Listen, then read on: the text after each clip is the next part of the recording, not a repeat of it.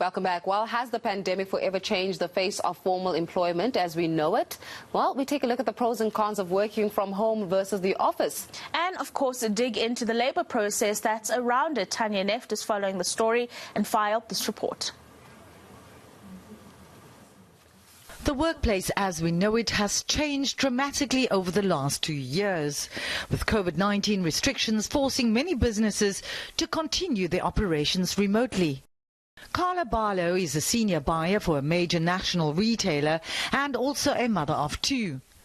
She's had to convert part of her home into this office space since COVID hit. When COVID just started, we were at home, of course, every day. And then as the levels dropped, the company decided, okay, let's start the hybrid model. And now we've permanently 3 days and at the office and 2 days at home. I get a lot more done in a shorter space of time, so highly productive. To mention the cost, it's cost effective as well, saving on petrol. And then things are just a lot more easy on your mental health as well. Meanwhile, marketing specialist Matt Richardson says their company business model has always been based on remote working, and it's proven to be effective. I think what I like about it is also gives you a sense of responsibility. You're responsible for your own time and your own work and getting it sort of done, but in your own space and also in your own time. So it allows you to manage your time a lot better. I think there are definitely things that you miss. You miss the office camaraderie. You miss the ability to just quickly ask someone a question without having to WhatsApp them first and sort of organize a meeting for the sake of another meeting. So there are definitely moments where you do feel a little bit isolated. So is this the way of the future for companies in general? And just how would such a workforce perform within the requirements of their jobs?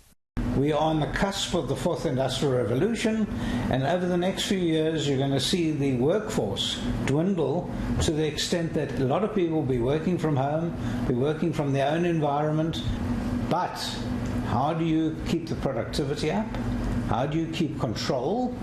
And how do you then implement our labour laws? How, for instance, health and safety regulations. Do you go to someone's house and say, is there enough ventilation? Is your desk safe?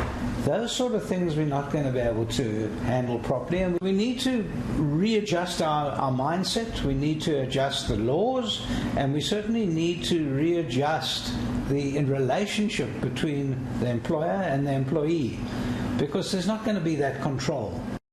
Whether it's working from home or trekking to the office, the bottom line for the employer is productivity and at the same time a happy and well-balanced employee. Tanya Neft, Cape Town.